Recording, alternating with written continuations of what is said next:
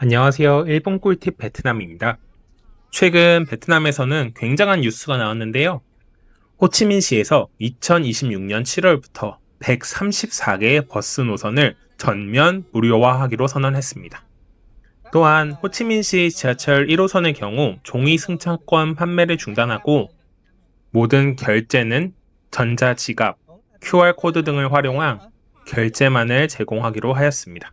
또한 하노이에서는 그랩이 하노이 전기차 호출 서비스를 시작했는데요. 겉으로 보면 각각 다른 뉴스처럼 보입니다. 하지만 이걸 하나로 묶어보면 방향이 분명해 보여요. 베트남 정부는 자동차, 오토바이 중심 도시를 대중교통, 전기차, 전자결제 기반 도시로 바꾸려고 하고 있습니다. 오늘은 이와 관련하여 베트남 정부의 숨겨진 의도가 무엇인지 한번 파악해 보도록 하겠습니다. 그럼 출발하시죠. 먼저 호치민시 무료버스 정책 먼저 볼게요. 2026년 7월 1일부터 134개의 버스 노선을 무료로 운영하기로 했습니다. 중요한 것은요, 노약자나 어린이 같은 일부 시민만 혜택을 받는 게 아니고 초기 3개월 동안은 누구나 무료로, 그러니까 저를 포함한 외국인도 이용이 가능합니다.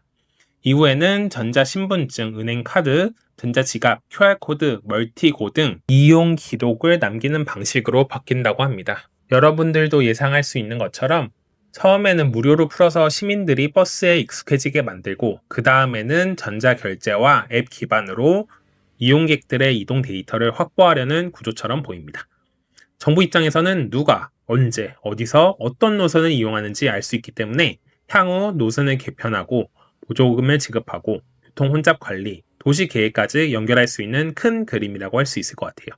이와 비슷한 정책이 이미 시행된 적이 있었는데요. 호치민시는 지하철 1호선 개통 초기 그리고 2026년 설 연휴에도 지하철 1호선을 무료로 개방했습니다. 실제로 호치민 지하철 1호선은 개통 이후 이용객이 빠르게 늘었고요. 2025년에는 2,056만 명, 하루 평균 약 5만 6천 명이 이용을 했다고 합니다. 아직 서울 지하철과 비교하면 매우 작은 숫자입니다. 하지만 베트남 기준으로는 의미가 큰 게 오랫동안 오토바이 도시였잖아요. 그럼에도 불구하고 출근 시간에는 지하철 타기 위해 줄을 서는 게 보일 정도로 활용이 잘 되고 있는 편입니다. 두 번째 소식은 종이 승차권의 폐지예요.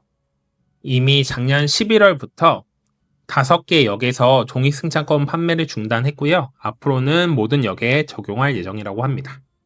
전자결제를 유도한 이유 분명하죠.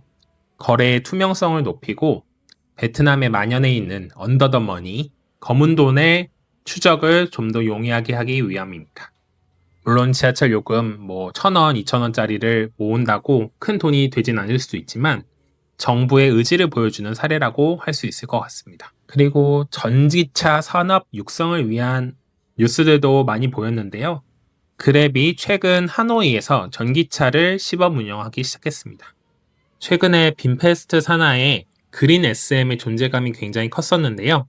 그랩까지 전기차 호출 서비스를 시작하면서 시장 경쟁이 본격화되었습니다. 정부 입장에서는 너무 좋죠. 전기차를 보급하고 충전 인프라, 배터리 생태계, 국산 자동차 산업 육성까지 연결할 수 있습니다. 버스 또한 전기버스를 주로 쓰기 때문에 빈페스트의 혜택이 커질 것으로 보입니다. 그렇다면 왜 베트남 정부는 이렇게 돈을 쓰면서 대중교통을 키우려는 걸까요? 제가 생각하는 정부의 의도는 크게 세 가지입니다. 첫 번째는 부동산 개발과 주택 공급입니다. 호치민시는 지하철 1호선, 2호선, 순환도로 3호선 주변의 9개 지역을 TOD, 즉 대중교통 중심 개발 후보지로 선정하고 투자자를 유치하겠다고 발표했습니다. 쉽게 말하면 지하철역이나 버스터미널 주변에 주거, 상업, 업무시설을 집중시키는 개발 방식입니다. 한국으로 치면 역세권 개발이죠. 또한 이 지역에 주택을 공급하면 기존의 무주택자들, 중산층 이하 시민들이 혜택을 볼 가능성도 있습니다. 두 번째는 자동차 산업, 앞서 말씀드렸는데요. 빈페스트입니다. 현재 빈페스트는 국내에서는 생산을 좀 하고 판매도 하고 있어요. 그런데 문제는 해외입니다.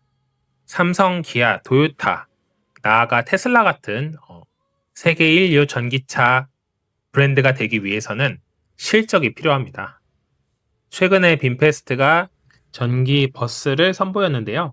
자국에서의 많은 실적들, 중국처럼 보조금도 받고 실적을 많이 쌓아서 해외로 진출하고자 하는 욕심이 큽니다. 베트남 정부 입장에서도 세계적인 브랜드 하나 만들어야 되잖아요. 그렇기 때문에 서로의 이해가 맞아서 전기차 생태계를 집중적으로 육성하는 겁니다. 마지막으로는 탄소 중립입니다. 베트남은 2050년까지 탄소 중립을 선언했고요. 교통 분야에서도 전기차와 친환경 에너지 전환을 추진하고 있어요. 특히 하노이, 호치민 같은 대도시는 오토바이와 자동차가 동시에 늘어나면서 대기 오염, 소음, 교통체증 문제까지 커지고 있습니다. 대중교통과 전기차 등이 상용화되면 탄소 중립은 물론 도시 내 각종 문제도 해결할 수 있죠. 이 예시는 제가 태국을 갈 때마다 느끼는데요. 5년 전 태국을 갔을 때랑 지금이랑 공기의 질이 차원이 다릅니다. 요즘에는 태국을 가면 한국보다 공기가 깨끗하다는 느낌을 받을 때도 있어요.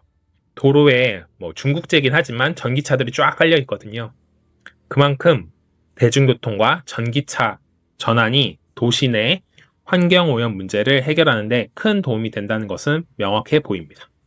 그래서 오늘은 베트남 정부가 왜 대중교통에 돈을 이렇게 많이 쓰는지 한번 알아봤습니다. 저는 개인적으로 투자 이런 거 관심이 있어서 베트남 역세권 이것도 많이 생각을 했었거든요. 근데 이미 비싸더라고요. 저는 구매는 못할 것 같고요. 그냥 구경이나 해야 될 것 같습니다. 오늘도 구독과 좋아요, 알림 설정 감사합니다. 일본 꿀팁 베트남이었습니다.